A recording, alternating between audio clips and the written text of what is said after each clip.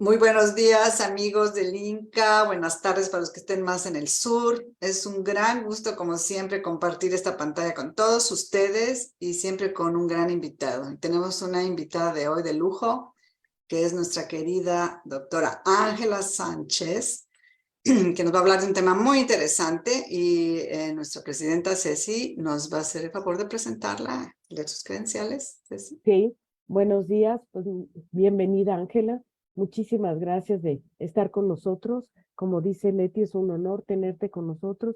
Y bueno, mucha gente ya conoce a Ángela, ¿sí? Pero siempre hay gente nueva y bueno, ella cada vez se actualiza y se capacita, entonces su currículum es extenso, pero lo va a hacer dándole los puntos más importantes porque es una mujer increíble, innovadora. Ella tiene un magíster en neuropsicología clínica, ¿sí? 2022, es decir, calientito, ella sigue estudiando siempre, ¿ok? Este, es experta en autismo y trastornos cognitivos conductuales de más de 22 años de experiencia.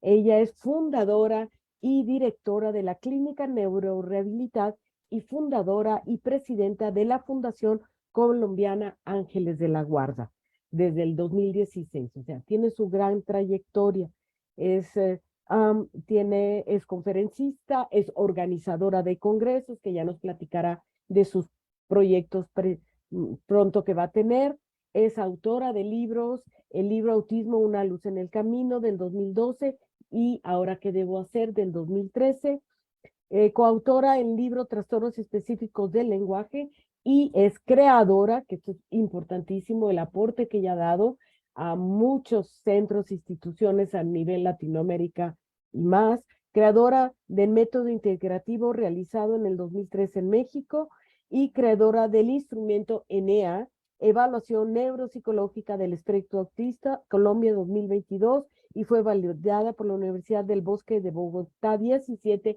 y nuevamente validada por la Universidad San Buenaventura 2022. Es decir, todo está calientito, todo está actual y bueno, ¿qué más que eso para darle una refrescada a todos estos temas de tratamientos? Pues bien, bienvenida Ángela, dejamos toda tuya la pantalla y muchas Muchas gracias. gracias. Muy emocionada y agradecida, Leti y Ceci, por esta invitación. Para mí es un honor siempre estar con estas dos guerreras.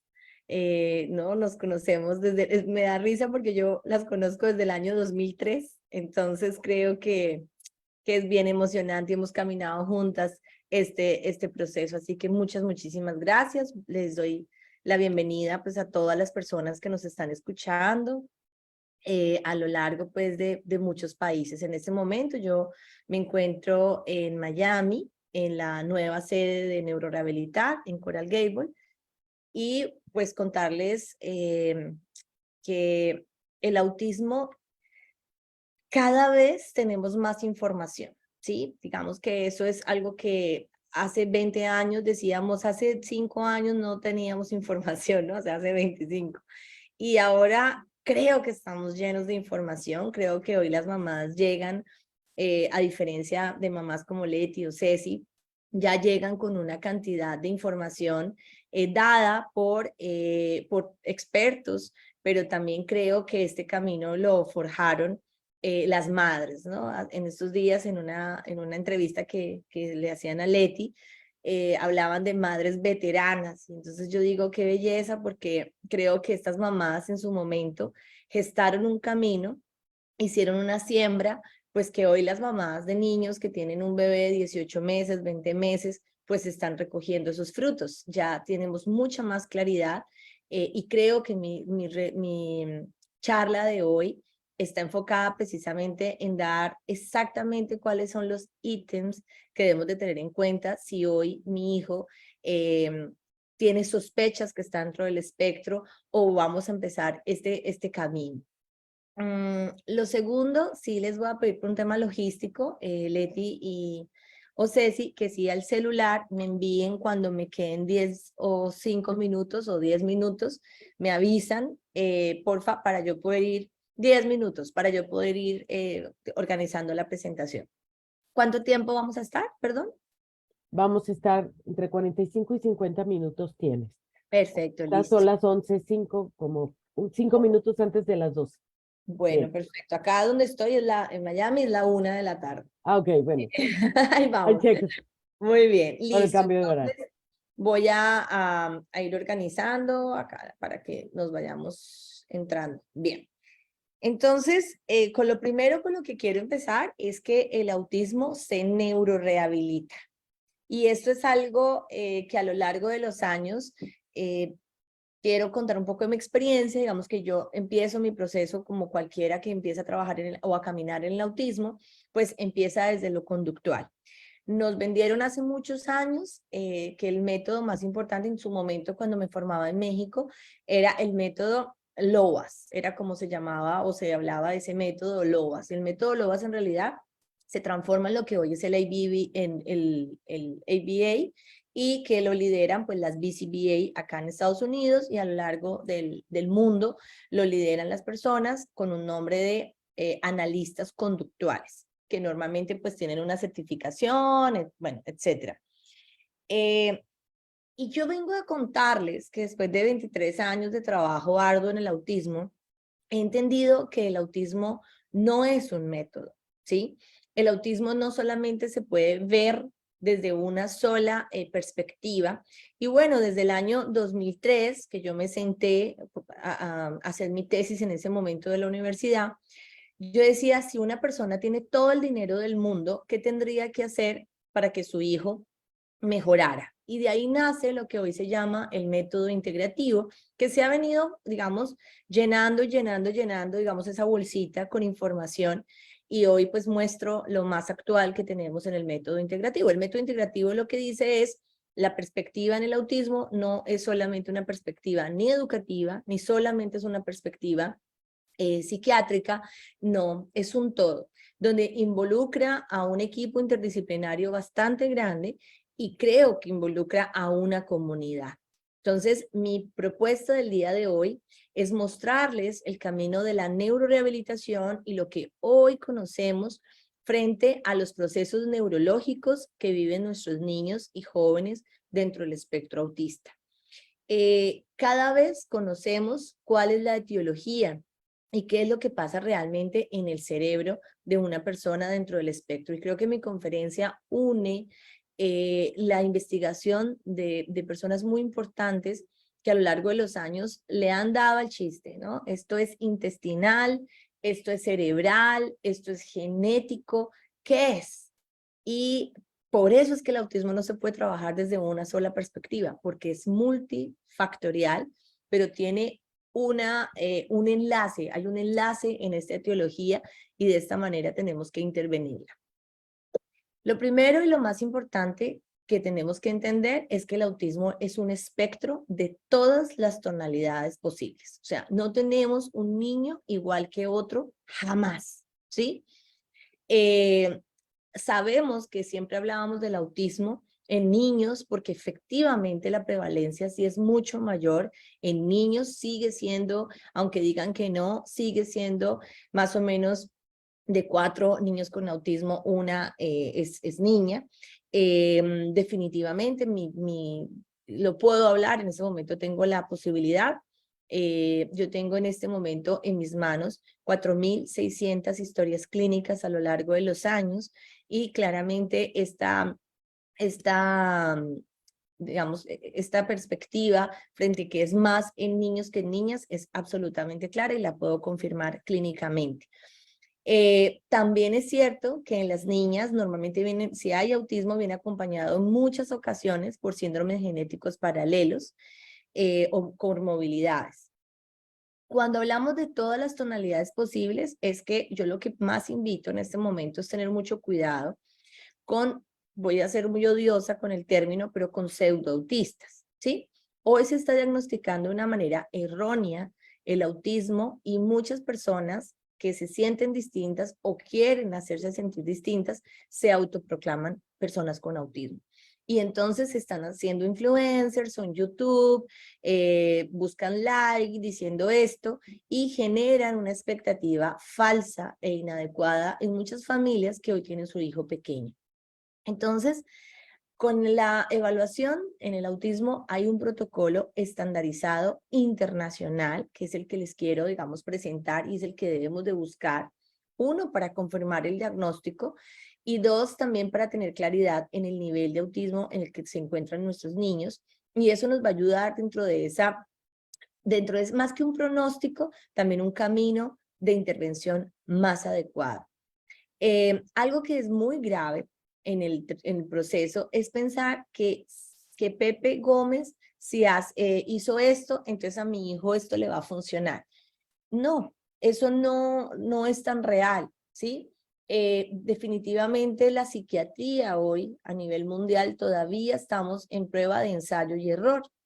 Y a algunos niños les funciona unos modelos, unas metodologías determinadas, unas intervenciones determinadas, y a otros niños, aunque tengan un diagnóstico similar, incluso un nivel similar, no necesariamente les va a funcionar. Entonces, lo primero es comprender que es un espectro y también las familias son un espectro, ¿sí? Cada familia tiene una realidad, un contexto y un sistema completamente diferente. Yo siempre pongo un ejemplo que me encanta y es los niños nacidos en Suiza, ¿cierto? Pongámosle en Lausanne, que es un recuerdo que yo tengo pagando en un Carrefour de Lausanne, donde solamente se escuchaba el pip, pip, pip, pip, pip, pip, nada más, porque además era automático.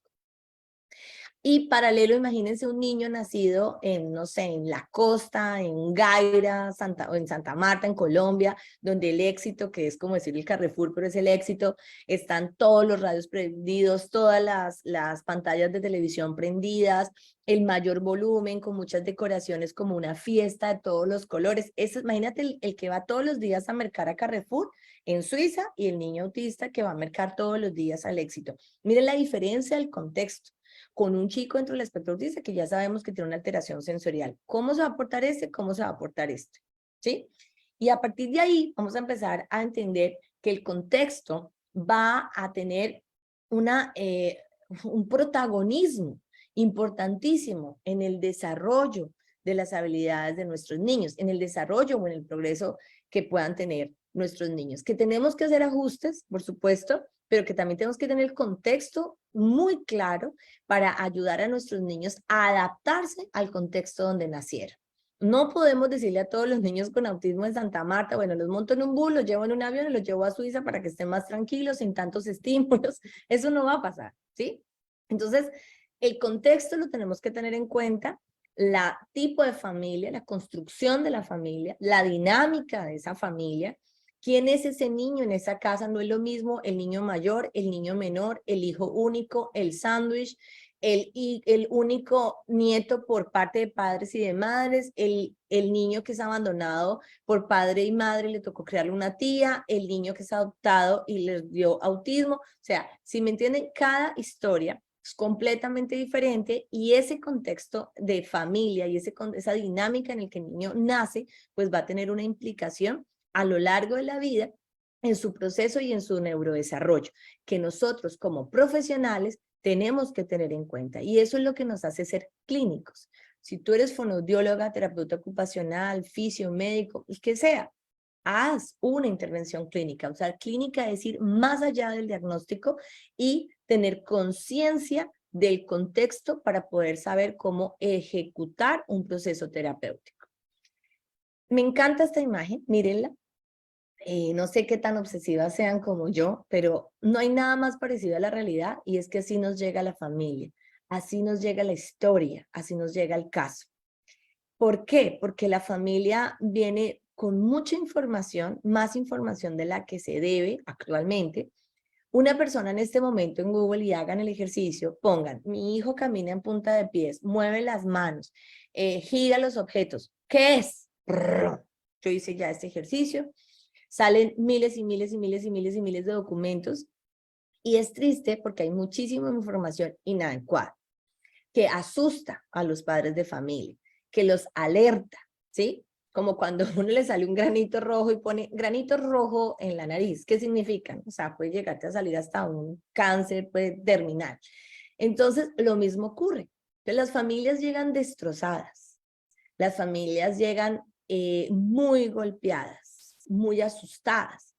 Ayer una familia, una mamá que yo estaba atendiendo, la mamá empieza a hablar y a contarme el caso y dice, bueno, mi hijo, bueno, me contaba solo bellezas de su hijo y que realmente pues el colegio no había dado muchas quejas y que realmente era que él era un poquito brusco con los niños. Entonces me desconcertó tanto porque se pedía una cita conmigo, entonces yo le dije, ok, listo, no hay que hacer pruebas, no hay que hacer nada, tú vas directamente con psicología infantil, la psicóloga va a ver al niño y revisar el proceso. Cuando ya iba terminando y ya veía que yo ya me iba despidiendo, la señora me dice, no, doctora, lo que pasa es que pues toda mi familia piensa que el niño tiene autismo. O sea, hasta ahí fue capaz de abrir, de decir la palabra. Cuando ella dice la palabra autismo, se le aguaron los ojos, se le atragantó la boca. Y entonces yo me asusté porque, claro, yo llevaba media hora hablando con la señora y yo no había captado que en realidad estaba en una fase tremenda que se llama la fase de la negación. Por eso invito a la clínica, porque muchas veces nosotros en el quehacer diario, en mi caso yo veo cada media hora una familia. En ese quehacer diario, pues uno empieza como una ametralladora, ¿no? Y se pierde esas cosas tan importantes. Y la mamá me dice, no, doctora, es que es para descartar autismo, ¿sí? Cuando ella dice autismo y empieza, bueno, ¿qué significa autismo para ti? Empieza a hablarme de su absoluto proceso de negación que tiene y que es real y que es lógico y que es perdonable. Lo que no es perdonable es que yo como profesional no me haya dado cuenta y que además nosotros tenemos que entender que la familia está muy dolida, muy angustiada y lo que menos quiere es sentir un diagnóstico. Pero el diagnóstico jamás es una etiqueta. El diagnóstico jamás es un pronóstico perturbador. El diagnóstico es el camino por el que tenemos que empezar un proceso terapéutico y la familia en el autismo juega un papel extremadamente importante porque los profesionales nos despedimos, cerramos el computador si la intervención es virtual y se nos acabó la historia con ese niño. La mamá, el papá o la abuelita son los que se quedan con ellos en la cotidianidad. Así que la familia hay que prestarle atención a lo que dice, a lo que piensa, a lo que siente.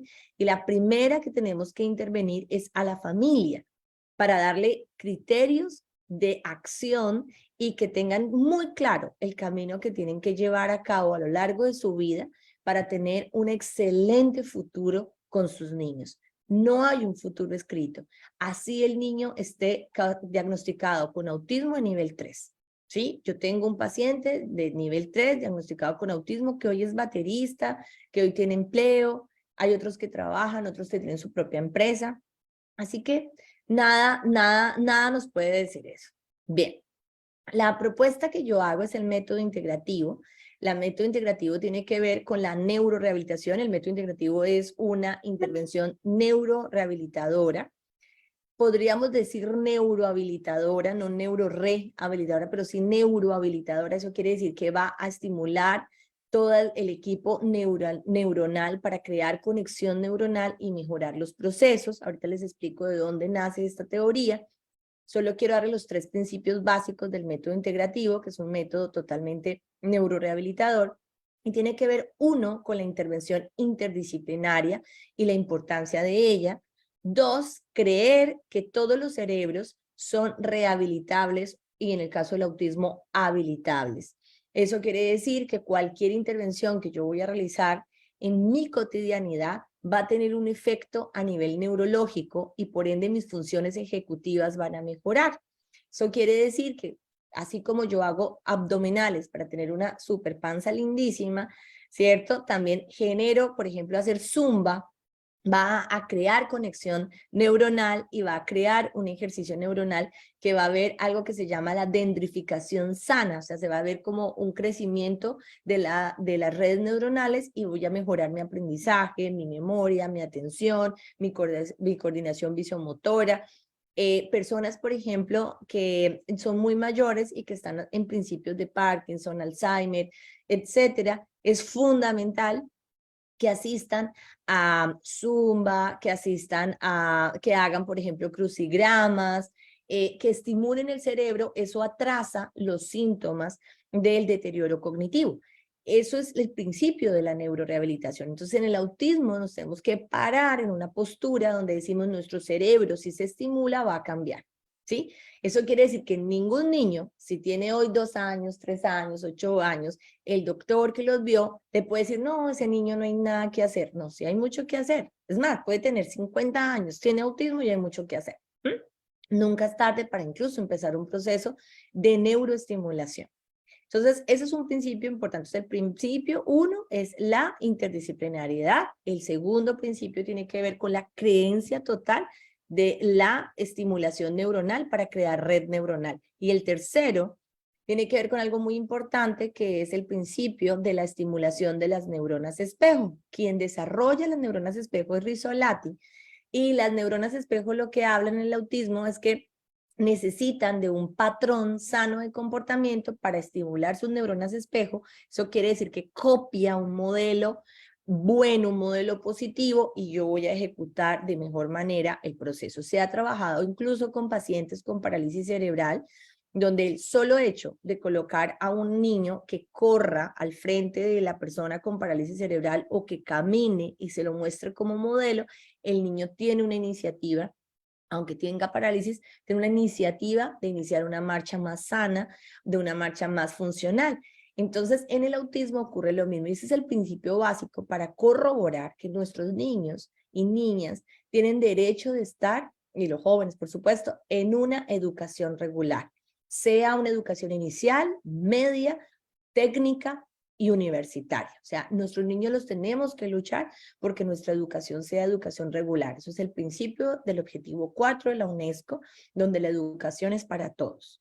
En Colombia, pues trabajamos con el artículo 1421, donde nos permite y nos exige que todos los colegios tienen que abrir las puertas a nuestros niños, y los colegios son los que hacen una adaptación para lograrlo. O sea, ese es el principio de la estimulación de las neuronas espejo. Nuestros hijos deben ir a un restaurante y acomodarse, pueden ir a Disney y no hay que apagar Disney para que mi hijo ingrese, etcétera. Es todo el proceso de adaptación, y esto es con la estimulación de las neuronas espejo. Bien, entonces lo primero que vamos a hacer para poder hacer un buen protocolo es hacer una observación clínica de todo el sistema. 2, hacer una evaluación neuropsicológica integral e interdisciplinaria. Y 3, crear un plan de tratamiento intensivo, interdisciplinario, sin improvisación terapéutica. Esto, la evaluación neuropsicológica integral, nace de una historia clínica completa. Hay que revisar los estudios neurológicos y ojo en este punto. Lo que vamos a hablar es que normalmente los estudios de un niño dentro del espectro autista, la resonancia magnética sale normal y el electroencefalograma sale normal.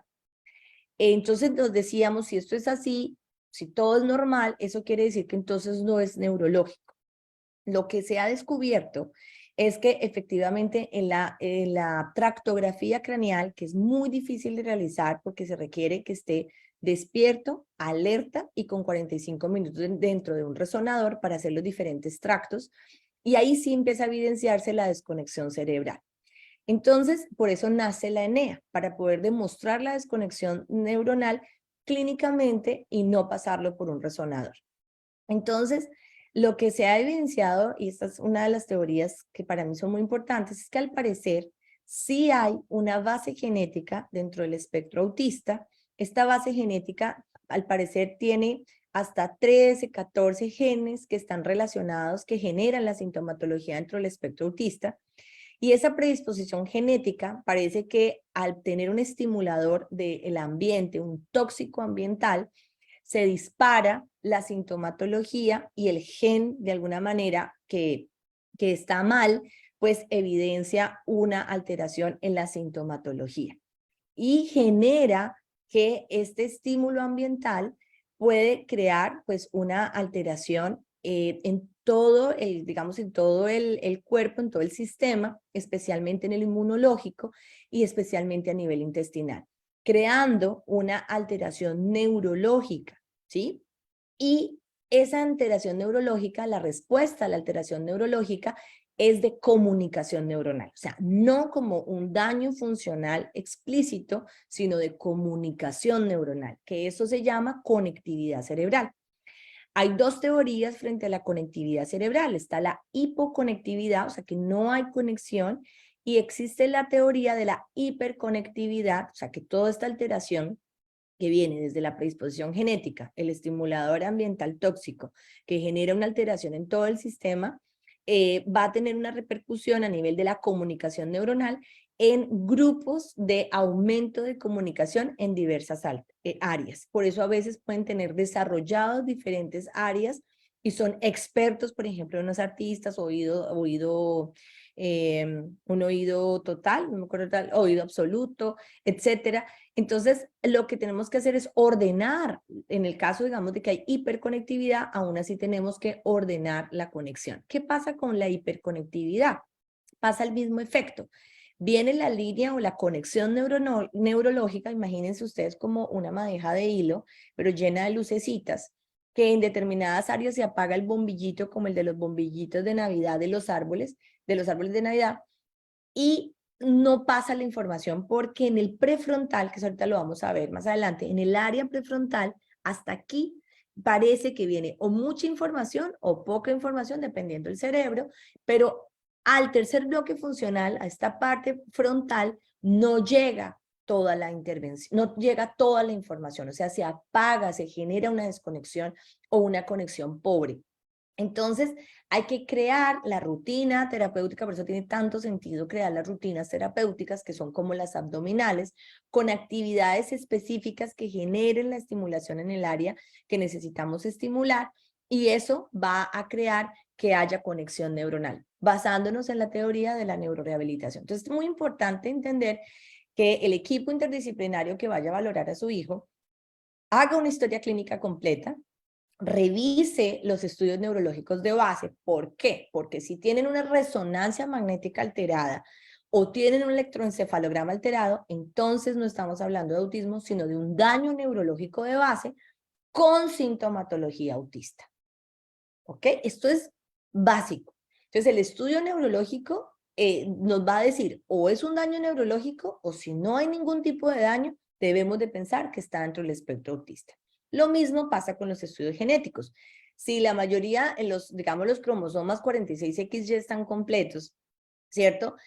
O XX. Entonces, ¿qué pasa? Decimos, no, eso está completo, eso está perfecto. Tendríamos que hacer un estudio de más, que no es tan fácil en nuestros seguros sociales latinoamericanos, incluso acá en Estados Unidos tampoco, poder llegarle a los genes que están comprometidos. Tiene que ser un genetista muy comprometido con el tema para que solicite unos estudios de más. Pero si el estudio genético nos dice es síndrome de Down, es un síndrome de Rett, es un síndrome de Cri-du-Chat, ya sabemos que no es autismo, sino es el síndrome genético. Entonces, nuevamente queda limpio. Entonces, la historia clínica está conformada por estudios neurológicos que dicen todo está ok a nivel neurológico en resonancia y en TAC y en electro. El estudio genético sale, el tamizaje sale perfecto, ¿cierto?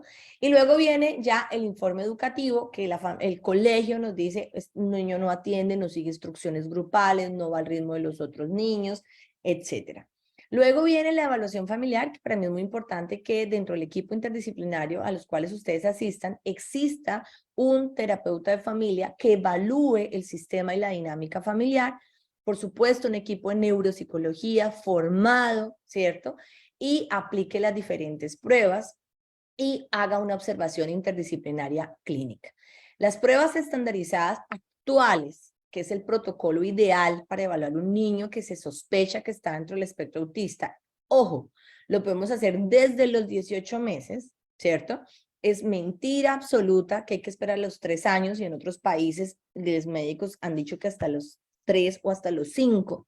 Eso nos hace perder mucho tiempo. O sea, un niño que tengamos una impresión diagnóstica a los 18 meses y empecemos una intervención terapéutica súper precoz, pues eso va a ayudar a que mejoren todas sus áreas, y en un año decimos, ay, miren, verdad que era mentira, no tenía nada.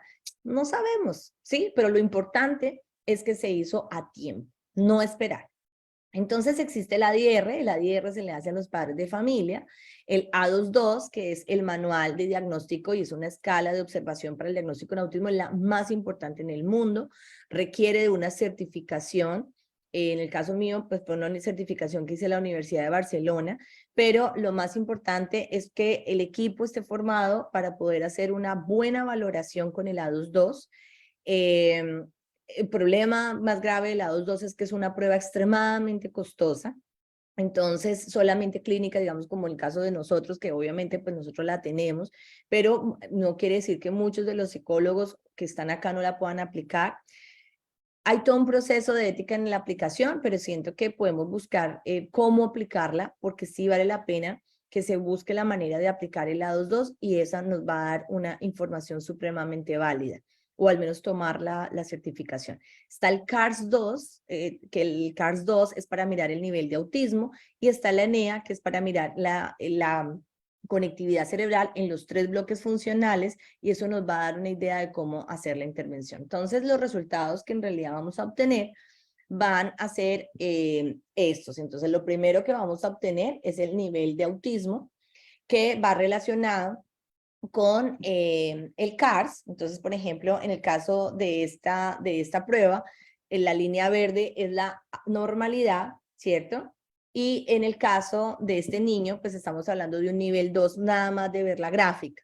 Más o menos esas son las gráficas que vamos a tener con el CARS. Y esta es una ENEA que nos da una conectividad en el primer bloque funcional. Eso quiere decir que el niño a nivel neurológico está perfecto, pero fíjense que en este caso el segundo bloque y el tercer bloque están completamente desconectados. Lo más probable es que este paciente es de un paciente que tiene un autismo de nivel 3. O sea, hay una desconexión completa entre el parieto occipital y el frontal. O sea, no hay una conexión.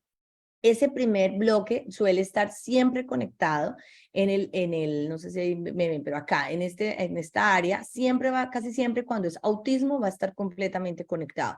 Empieza la desconexión en el segundo bloque y cae en el tercer bloque funcional. En este caso, el ejemplo que coloqué aleatoriamente, es un niño que está desconectado desde el segundo y el tercero, y para mí este es un niño que tendrá un autismo de nivel 3, debido a la desconexión total que tiene. O sea, es un niño que tiene una alteración sensoperceptual grave, no presenta autorregulación, es muy probable que no habla, que es un niño que no comprende las instrucciones, que no tiene contacto visual, que no tiene intención social. Entonces, ese es un niño para rehabilitar absolutamente o habilitarle todas esas áreas con un trabajo interdisciplinario, intensivo e individual. Esto nos cuenta cómo está la conexión cerebral, y cuando vamos a hacer el plan de intervención, pues vamos muy acertados porque vamos a hacerlo basado en unos informes reales. Esto es otro ejemplo.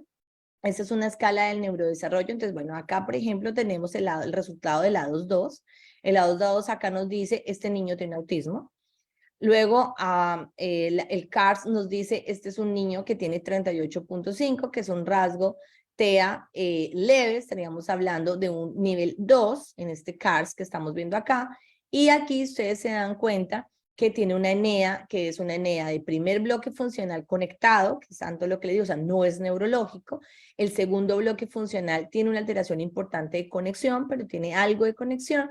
Y lo mismo pasa en su tercer bloque funcional. A nivel de escala del neurodesarrollo, es un niño que sabemos que su motricidad gruesa y digamos como su adaptación, su motricidad fina, su audición y su intención social están comprometidos, pero que no están tan desfasados con la edad correspondiente a su edad de desarrollo. Entonces, un niño que requiere de una intervención.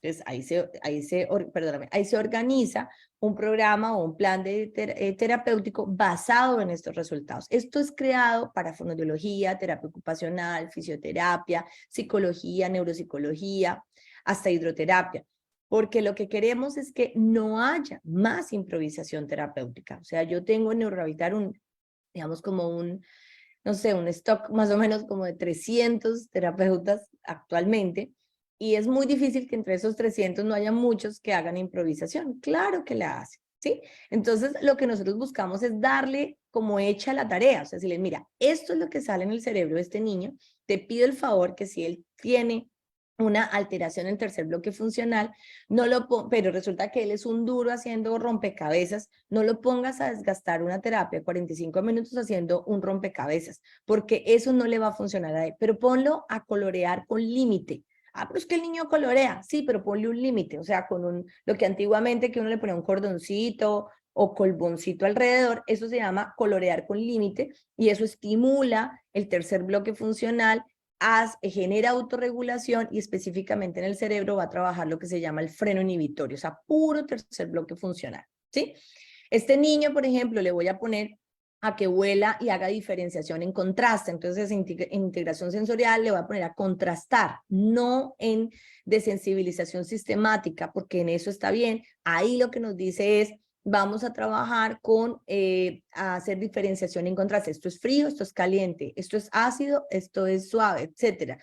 Y eso lo hacemos, y eso es lo que la información que recibimos de la evaluación neuropsicológica la vamos a organizar o a planear para que el tratamiento sea sin improvisación terapéutica. Muchos terapeutas llegan y hacen como, ¿qué lo pongo a hacer hoy? O sea, no, terrible. Y una señora que viene en su bus con su niño, lo trae a la terapia. No. Bien, acá están algunas, si les interesa, para que vean, esto es el primer bloque funcional, esto es el segundo bloque funcional y este es el tercer bloque funcional. Entonces lo que nosotros buscamos es estimular el cerebro desde la primera entrada, que es el primer bloque. Para eso se crean ejercicios de atención e imitación, todo lo que tiene que ver con seguimiento instruccional, con la sorpresa, todo lo que tiene que ver con estimulación auditiva, bueno, todos los sentidos, pero con instrucción, o sea, que haya una instrucción, que haya un impacto. Eso le va a ayudar mucho a estimular el primer bloque funcional. Y el segundo bloque funcional es todo lo parieto-occipital y va relacionado con integración sensorial, con lenguaje, estimulación en el lenguaje, todo lo que es también la parte de cómo interpreta cómo puede interpretar la realidad, o sea, cómo interpreta los colores, los sabores, los olores, las letras, los números, es cuando se les da la información, o sea, todo lo cognitivo, todo lo preacadémico, lo que es todo lo motriz fino y lo motriz grueso, ¿sí? Todo lo pre-habilidad. Y el tercer bloque funcional es pura teoría de la mente, funciones ejecutivas, todo lo que tiene que ver con el análisis y solución de problemas, un memorama, un crucigrama, una sopa de letras, ¿sí? Todo lo que ya es lo cognitivo, pero lo cognitivo funcional. Desde lo cotidiano, ¿qué voy a estimular en el segundo bloque funcional? Voy a enseñarle a hacer una receta, ¿sí? Por ejemplo, una receta estimularía las tres áreas desde el primer bloque hasta el tercer bloque funcional. Acá se ve la diferencia entre los niños que están dentro del espectro y los que no, con tarea y sin tarea, y se evidencia claramente cómo está encendido el cerebro de la persona regular y cómo nuestros niños tienen una alteración importante en la respuesta neuronal funcional y cómo no hay esa conexión y cómo nosotros a través de las terapias logramos que haya como como que se enchufó y se prendió el cerebro. Bien, entonces nuevamente pues la intervención específica en el autismo pues va a ir más enfocado hacia la diadema prefrontal y frontal, sobre todo los niños del nivel 2 y nivel 1 del autismo pues están enfocados más a lograr esa conexión entre el segundo bloque funcional y el tercer bloque funcional. Esta es una foto de un modelo TISH y es una foto, me encanta porque es el típico estímulo adecuado para estimular el segundo bloque funcional. Bueno, este es nuevamente el método ya con la información que ustedes tienen. La familia se abraza, la familia se guía, la familia se ordena, la familia no se juzga, ¿sí? Se busca la regulación en la interacción neuronal, o sea, cada actividad dentro de una terapia tiene que tener un sentido específico de estimulación en el área afectada, previamente observada, y eso se llama neuroestimulación cognitiva, ¿sí? Entonces, lo que nosotros buscamos es que nuestros niños, las actividades que hagamos con él, van a tener una relación en todas las áreas cerebrales. Eso es entender que este cerebro va a ser estimulado por el contexto natural, por la dinámica familiar, por las pautas de crianza, por el espacio físico donde se va a encontrar, o sea, los estímulos sensoriales que puede haber, por el contexto social donde yo habito todos los días, que puede ser el colegio, ¿cierto? Y obviamente la intención o la parte intensiva del equipo terapéutico que geste ese interés en que yo aprenda. Para esto hay un modelo que yo amo muchísimo, que es el modelo del RDI, que es uno de nuestros grandes aliados también, que es el doctor Diego Reza, lo cuenta y lo enseña de una mejor manera, y es la intención social que yo debo gestar en mi niño y en mi joven más desde el ejemplo, más desde mostrar yo el patrón adecuado para que él lo ejecute, no tanto desde la instrucción oral y el reforzado. Bien, acá les dejo, para los que están interesados, entonces la idea, eso es, pues yo soy protocolaria, soy obsesiva, y es algo que yo exijo dentro de los procesos terapéuticos, y es que organizamos un cuadrito donde yo coloco actividades del primer bloque funcional, actividades del segundo bloque funcional y el tercer bloque funcional. Entonces yo organizo, o cada terapeuta debe organizar, idearse cuál es la actividad en coherencia con los resultados neuropsicológicos, la diseñan, la escriben, cuál van a ser la actividad, y luego se repite por lo menos durante 3 meses en un circuito terapéutico que yo lo tengo dividido en atención e imitación, integración sensorial, lenguaje comprensivo, lenguaje expresivo, cognición, académico, motricidad gruesa, y en este caso, si por ejemplo la terapeuta es una terapeuta ocupacional, acá le voy a agregar motricidad fina, creatividad, funcionalidad y aseo independencia. Entonces, todas estas actividades que yo gesto en este modelo 1 de bloques, ¿cierto? Las traslado a las pongo en orden, ¿no? Como que los organizo en orden en mi circuito terapéutico que iría en cada sala terapéutica. Pero si yo soy una RBT, que estoy en Estados Unidos, o soy una acompañante terapéutica, yo lo organizo durante el día y lo repito. Se repite durante 3 meses, más o menos las mismas actividades. Para eso se acompaña con una agenda visual, si el niño no habla, sí, una agenda visual si el niño no habla, una agenda de palabras si el niño habla y lee, y esto lo voy organizando. De aquí, bueno, vienen muchas cosas porque está el control de esfínteres, bueno, eso es de otro día. Bueno, ¿qué le conviene más a mi hijo? Si el RDI, si el Flirt Time, si el Verbal Behavior, si el PECS.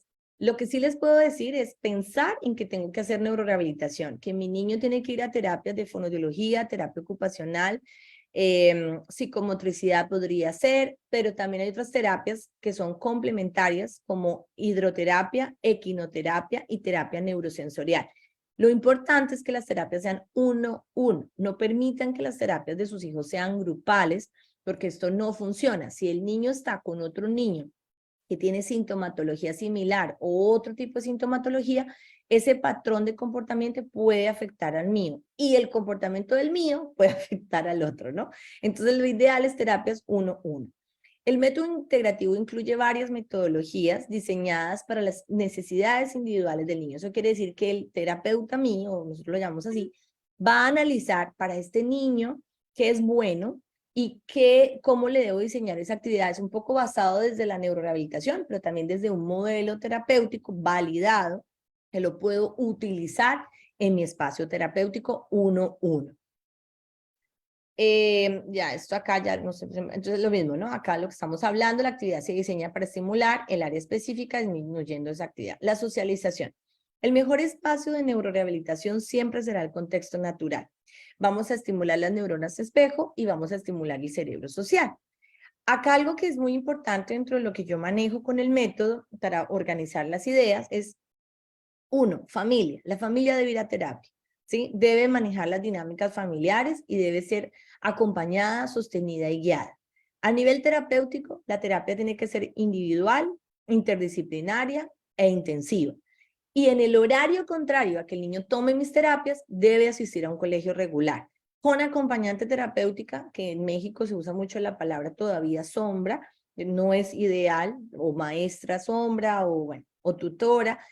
La palabra correcta es acompañamiento terapéutico, porque normalmente es o un educador, o un psicopedagogo, o un psicólogo el que hace la labor de acompañar y gestar un proceso de socialización con un enfoque cognitivo, conductual y psicoeducativo, donde ayude a crear la adaptación curricular dentro del aula, que tenga comunicación con la docente, que ayude a controlar o ayude a regular, ya se nos acabó el tiempo, que ayude a regular el comportamiento y de alguna manera que haya una buena alianza con la docente, el equipo interdisciplinario y la familia. Eso debe ser la labor de un buen acompañante terapéutico. Y ya van creciendo, ¿no? Y a medida que crecen, pues los objetivos son distintos, ya deja de ser escuela ya de pronto pasamos a una técnica. No todos los niños llegan a la técnica cuando son adolescentes, no todos logran llegar a poder estar en la universidad o no lo pueden, y eso hay que ser conscientes. Los niveles, como les digo, es un espectro. Entonces, no sabemos hasta dónde va a llegar mi hijo. Yo hoy le voy a dar todo lo que pueda para que llegue hasta donde pueda, ¿sí? Cuando ya llegó a la adolescencia, resulta que nos llegamos hasta este tope, definitivamente una técnica no va a realizar.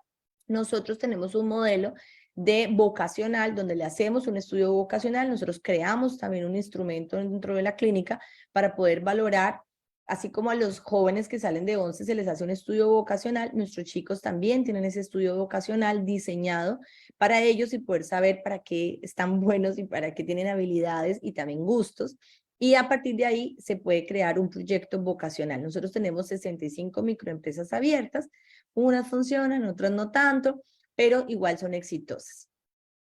Bueno, ya a nivel de educación regular, lo importante es pertenecer a un grupo, crear los ajustes racionales y necesarios, generar flexibilización y adaptación curricular, acompañamiento del profesor y socialización. O sea, si de pronto no necesita acompañante, de todas maneras, sí, estos 5 puntos son importantes. La socialización es un punto delicado. Las mamás les cuesta mucho trabajo esto y yo les digo, tienen que gestarlo desde chiquitos. O sea, traten de que todos los viernes inviten a un compañerito, que la mamá sea buena, que la mamá dé la bienvenida, etcétera. Siempre se puede, ¿sí? Estos son ejemplos de 3 jóvenes muy complejos dentro de Neurorehabilitar y que hoy podemos decir que se graduaron. El primero de preescolar, el segundo de bachillerato y el tercero que ustedes ven ahí, llevar a Daniel de autismo de nivel 3 hasta que se graduara de la universidad, ha sido de los logros más grandes de mi vida. Si no pudieron, entonces, doña que ven ahí, logramos que tendiera una cama, cuando eso era literalmente imposible. Para nosotros eso es un gran logro. Este joven tiene un proyecto hermoso, una empresa de hacer arepas, al cual le va muy bien y en todos los bazares vende muchas arepas y lo hace muy bien. El de la izquierda es un cuadro, él mide casi 1,80 al que lo están viendo, y ese cuadro está hecho en plastilina. Él se robaba las plastilinas cuando era chiquitico y eso hacíamos todo un trabajo y una terapeuta le dijo, ay, ya estoy cansado, ahora se va a poner a estirarla. Y de ahí nace este gran proyecto. Esa es su empresa, él hace cuadros en plastilina de todos los tamaños. Este es un cuadro hecho para mí, fue uno de los primeros cuadros que él hizo y está en mi casa. El segundo hace cuadros, él es el que se encarga siempre, Leonel, de cantar todos los himnos nacionales. Y fíjense esta belleza. El tercero es el primer cheque de Daniel, autismo de nivel 3. Esto es hace el 2 de abril en Bogotá. Todos los que ustedes ven en la foto tienen autismo, todos tienen una historia preciosa. 3 de los que están ahí, un comportamiento severo, Daniel con un nivel de autismo de nivel 3, el que está tocando la batería siempre ha sido nivel 1 de autismo y él hoy es baterista profesional, graduado de la universidad.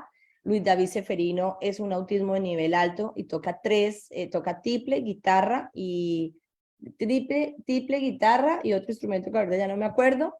Santi, que él se estimulaba con el radio, cuando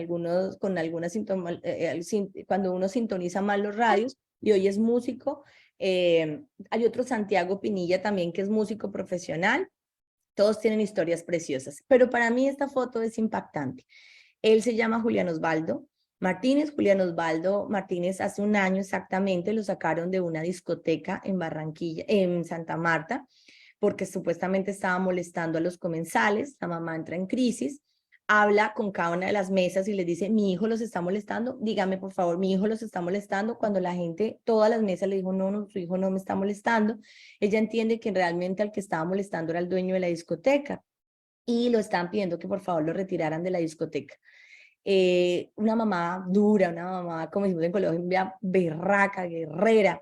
Ella me llama llorando a las 2 de la mañana con esta situación. Le dije, vamos a ponerlo esto en todos los medios de comunicación. Al ratito, las discotecas de Santa Marta estaban ofreciendo sus espacios. El mismo administrador pidió disculpas públicas y en televisión. Y un año después está no solamente en la discoteca bailando Julián Osvaldo, sino haciendo parte pues de su parranda vallenata y cantando. No me daba pues como ponerles el video en vivo de Julián cantando dentro de una parranda vallenata, dentro de una discoteca. Creo que el autismo tiene mucho todavía que caminar y lamentablemente todavía sigue siendo las mamás, ¿no? Las que gestan estos espacios y las que buscan que nuestros niños tengan un lugar en el mundo. Muchas gracias. Ángela, como siempre, es un súper honor escucharte. Siempre me llevo ideas, esperanza. He tenido la suerte de estar en Colombia y ver a tus músicos maravillosos. Muchas gracias, de verdad. Yo creo que todas las personas que te escucharon ahorita y que te escucharán porque se queda grabado, van a salir con mucha esperanza y muchas ganas de trabajar, pero ya. Ceci. No, pues lo mismo, ¿no? Yo creo que lo más importante es la esperanza. O sea, ahora sí que una foto da que mis palabras y resume todo lo que has trabajado y todo tu proyecto y todo tu conocimiento, esa percepción de entender al autismo. Diego Rezas lo dice, entender para atender. Para ¿Sí? atender. Así es esto, ¿no? Y bueno, hay mucha gente que te felicita, preguntan por tus datos, los vamos a dejar ya, los vamos a poner ahí. Estamos en Miami Martita, y en Bogotá. Sí. exacto. Martita Hernández, que es la directora del Tomatis aquí en México, que ha estado con nosotros acompañada, te felicita, dice que interesante ver cómo deber ser ejecutada una terapia en forma. Muchísimas gracias, ¿sí? Y otros que quieren tus datos, ¿no? Y gracias, Martita nuevamente, gracias doctora, qué gusto escucharla, y muchas psicólogas, y bueno, pues de veras, muy linda plática, yo creo cerramos, pues es el último viernes para nosotros en Facebook Live, son los dos, cerramos bien este mes, ¿sí? Y yo creo que podemos extender el mes de mayo para seguir siendo mes del autismo, siempre lo es. Y muchísimas gracias, Ángela, de todo corazón, darte tu tiempo. Sabemos que eres una persona muy ocupada y pero que estés con nosotros es una alegría.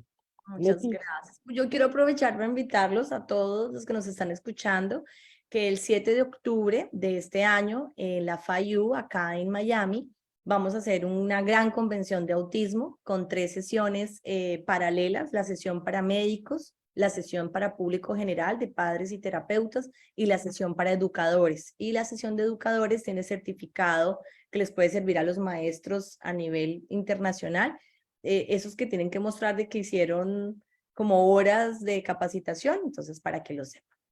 Okay, Un imperdible. Ahí tenemos que estar todos. ¿Y dónde van Diego a ser? Reza va a estar, quiero Okay. contar. Qué bueno. ¿Y dónde podemos ver la información? Sino para apoyarte y de Sí, promocionarle pues el yo link. les voy a mandar ya el link, pero igual si no, por ahora me pueden contactar a Okay. a mi celular y yo les doy la información de una. Ok, perfecto. Sí, para poder apoyar y promover esto que es Claro súper que sí. El importante. link está presente también, por supuesto. Claro. Gracias, Ángela. De verdad, los papás están muy motivados, están esperanzados. Yo creo que siempre que te escuchamos, aunque nuestro hijito sea veterano y todo, siempre sacamos como una perlita que dejamos, vamos a hacer algo más, ¿verdad? Claro que sí. Exacto. Gracias y bueno, Gracias. pues Un honor. muchas gracias a todos los que nos escucharon hoy. Ceci, nos pues vamos. nos vamos, muchas gracias. Ya terminamos mayo, próximo mes junio, empezamos con otras pláticas y siempre pues eso, mejorando la calidad de vida de nuestros hijos, la edad que tengan, ya lo vimos. ¿Sí? Muchas gracias, que tengan buen fin de semana. Bye. Bye. Gracias.